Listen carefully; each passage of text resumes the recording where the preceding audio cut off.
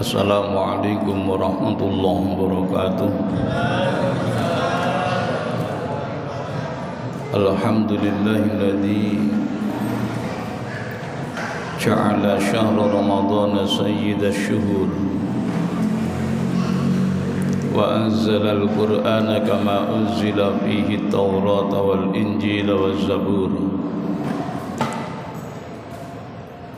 wa dha'afa li-sha'imihi al-ujur wa rattaba 'alaihi al-jazaa' al-ma'thur. Allahumma shalli wa sallim wa barik 'ala sayyidina Muhammadin al-qa'il idza aftara ahadukum falyuftir 'ala tamrin fa illam yajid falyuftir 'ala al-ma' fa innahu tahurun wa ala alihi wa ashabihi a'immatil budur, amma ba'd. Yang kami hormati dan yang kami muliakan segenap pengurus takmiran Masjid Rodotul Falah, bapak-bapak, ibu-ibu, jamaah sholat isya sekaligus sholat sunnah taraweh yang dimuliakan oleh Allah Subhanahu wa ta'ala. Tidak lupa adik-adikku atau anak-anakku yang sangat saya cintai dan yang sangat saya banggakan. Syukur alhamdulillah, malam hari ini kita masih diberikan nikmat oleh Allah, nikmat sehat, nikmat iman, nikmat kesempatan, sehingga malam hari ini kita bisa melaksanakan sholat isya dengan berjamaah sekaligus diteruskan dengan sholat sunnah taraweh. Mudah-mudahan amal ibadah kita selama nanti ke depan di bulan Ramadan diterima oleh Allah Subhanahu wa ta'ala. Amin, Allahumma amin. Hadirin jemaah yang dimuliakan oleh Allah, tidak semua umat Muhammad diberikan kesempatan seperti kita pada malam hari ini. Masih banyak di antara saudara-saudara kita yang seagama, sekeyakinan, mereka sehat, bahkan sehat jasmani dan rohaninya, namun mereka tidak diberikan kesempatan oleh Allah seperti kita pada saat ini bisa melaksanakan sholat isya dengan berjamaah dan sholat sunnah taraweh. Mudah-mudahan kita yang hadir dalam masjid ini benar-benar disertai ridhonya Allah Subhanahu wa ta'ala. Amin, Allahumma amin. Hadirin jemaah yang dimuliakan oleh Allah, tak terasa kita sudah hampir 1 minggu melaksanakan ibadah puasa di bulan suci Ramadan. Mudah-mudahan kita yang hadir bisa menyelesaikan dan menuntaskan sampai akhir Ramadan nanti. Amin, Allahumma amin. Sebab apa? Tidak ada yang menjamin bahwasanya diri kita itu akan sampai di akhir Ramadan bulan ini. Semuanya tidak akan pernah tahu, itu rahasia Allah. Maka kesempatan yang Allah berikan benar-benar kita manfaatkan untuk ibadah kepada Allah Subhanahu wa ta'ala. Hadirin jemaah yang dimuliakan oleh Allah, dalam puasa di bulan Ramadan ini kita berupaya untuk bisa menahan diri, menahan nafsu kita agar supaya tidak melakukan suatu hal yang sifatnya negatif di hadapan Allah. Maka sesuai dengan arti daripada puasa, puasa itu bahasa Arabnya saum.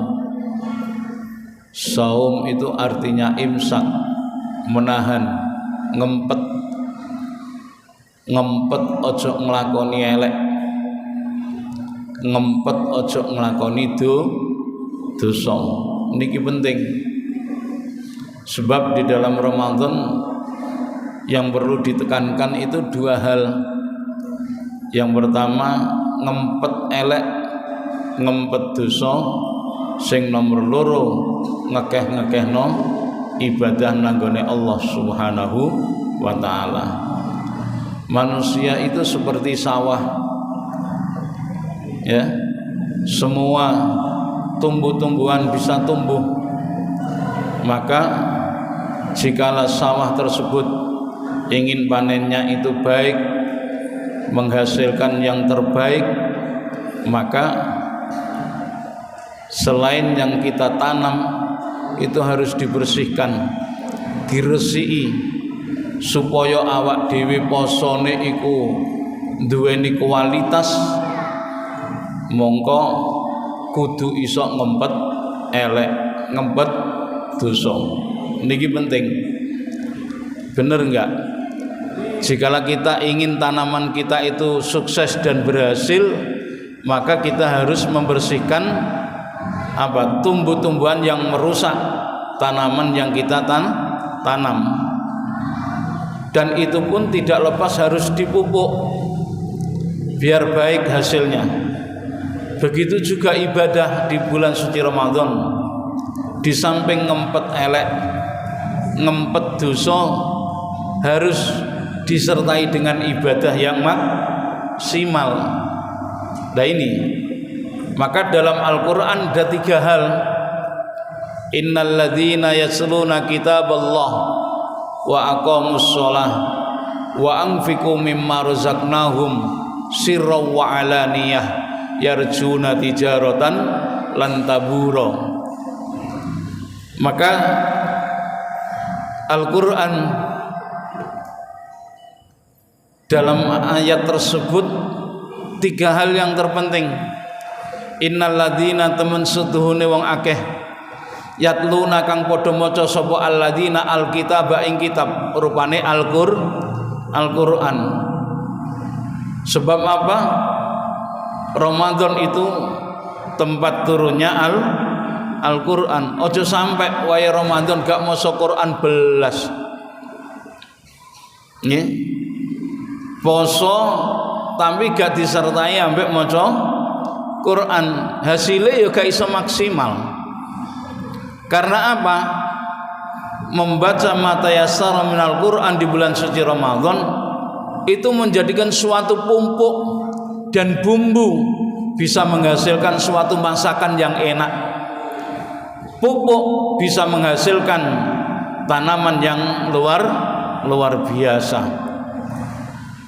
Akhirnya ada salah satu jamaah yang tanya, Pak Ustadz, gimana kalau jikalau saya itu tidak bisa membaca Al-Quran? Nah ini, kita bisanya hafal surat apa? Andai kata kita hafalnya cuma kul huwailek, ya, napa kul huwailek ini? Surat Al-Ikhlas, kul huwallahu ahad. Ini dibaca setelah sholat subuh 30 kali, setelah sholat zuhur 25 kali, setelah sholat asar 20 kali, setelah sholat maghrib 15 kali, setelah sholat isya 10 kali. Maka jumlah total mulai dari sholat subuh sampai isya kita bisa mampu membaca surat Al-Ikhlas sejumlah 100 kali. Sebanyak dan seistiqomah seberapa kita membaca surat Al-Ikhlas, nanti di alam kubur itu yang akan menyinari alam kubur kita. Maka kenapa mulai dari subuh sampai isya? Karena di alam kubur itu tidak mengenal pagi, siang dan malam. Karena di situ gelap gulita, Pak. Nggih. Ayo sapa sing iso nengeri iki jam 8, jam 9, jam 10 awan ning gone jero kuburan. Gak roh boleh gak tahu gak tahu mati. Nggih. Nek jenengan gak percaya nyacaken. Nggih. Engko lalake roh. Ternyata ndak tahu siang malam itu ndak ada di situ. Maka ketika ayat Al-Qur'an dibaca Ya, ini mampu menyinari dan menerangi alam kubur kula kalih jenengan benjang. Ada tipe lain, jika kita memang benar-benar tidak bisa hafal surat Al-Ikhlas, kata Al-Quran, idza quri'al Qur'anu fastami'u lahu wa ansitu la'allakum turhamun. Nek pancen gak iso maca Quran blas tulung, nek ana wong maca Quran kuwi dirungokno mbek nengkleng kaya paham-pahamo, padahal gak paham. Lek ngrungokno mbek ngantuk. Nggih. Ndak apa-apa. Jadi usahakan, sebab apa? Ada tadarus malam itu ya cuma di bulan suci Ramadan. Jajal sampean maca Quran sak jabane Ramadan. Engko lak pengurus diparani mbek wong kampung. Nggih. Wong maca Quran nek kedalan sithik wae dipro. Teng mriki nggih ngoten, Pak. Mboten nggih, alhamdulillah. Soale ana himbauan di salah satu tempat nggih. Walaupun Ramadan suara corong yang di atas jam 10 harus dimatikan. Gua ira karuan. Wong sing ngongkon mateni ngene iki kira-kira sampeyan nak mati ra butuh diwacana Yasin menawa. Nggih. Nggih, Pak, nggih. Maka ya biarin aja itu kegiatan 1 tahun sekali. Maca Quran kok dibatasi. Gitu nggih. Ya Allah ya Rabbi ya Karim. Nggih. Siapa bilang bacaan Al-Quran itu mengganggu orang istirahat? Ya memang pikirannya yang ngakirut aja. Kalau justru kita mendengarkan ayat-ayat Al-Quran, baik kita paham maupun tidak paham, ya, yang penting kita bisa mendengarkan, seakan-akan itu pengganti apa lagu penghantar tidur. Nah ini. Maka Rasulullah dalam salah satu hadisnya, afdhalu ibadati ummati yatlunal Quran. Utama-utamanya ibadahnya umat Muhammad Rasulullah itu adalah membaca Al-Quran. Yang kedua, di dalam ayat Al-Quran, wa aqamus shalah, dirikan sholat. Selain sholat wajib atau sholat 5 waktu, usahakan, upayakan bisa sholat sunnah qobliyah maupun ba'diyah, lebih-lebih di bulan suci Ramadan. Sebab Ramadan ngempet elek, ngempet dosa, Gusti Allah niku ngobrol ganjaran, Pak. Nggih. Maca Quran khatam sepisan ning gone wulan Ramadan padha karo khatam ping 1000. Lho lak wis ah. Nggih. Jenengan salat subuh berjamaah ping pisan iku ganjarane padha karo nglakoni salat sunah sewengi muput. Nggih, jenengan kok salat subuh berjamaah sepisan iku nilaine padha karo nglakoni salat utawa ibadah ping 1000. Jenengan nglebokno kotak infak 1000 niku iso dadi sak juta. Niki janjine Gusti Allah. Gusti Allah niku mboten bujuki, Pak.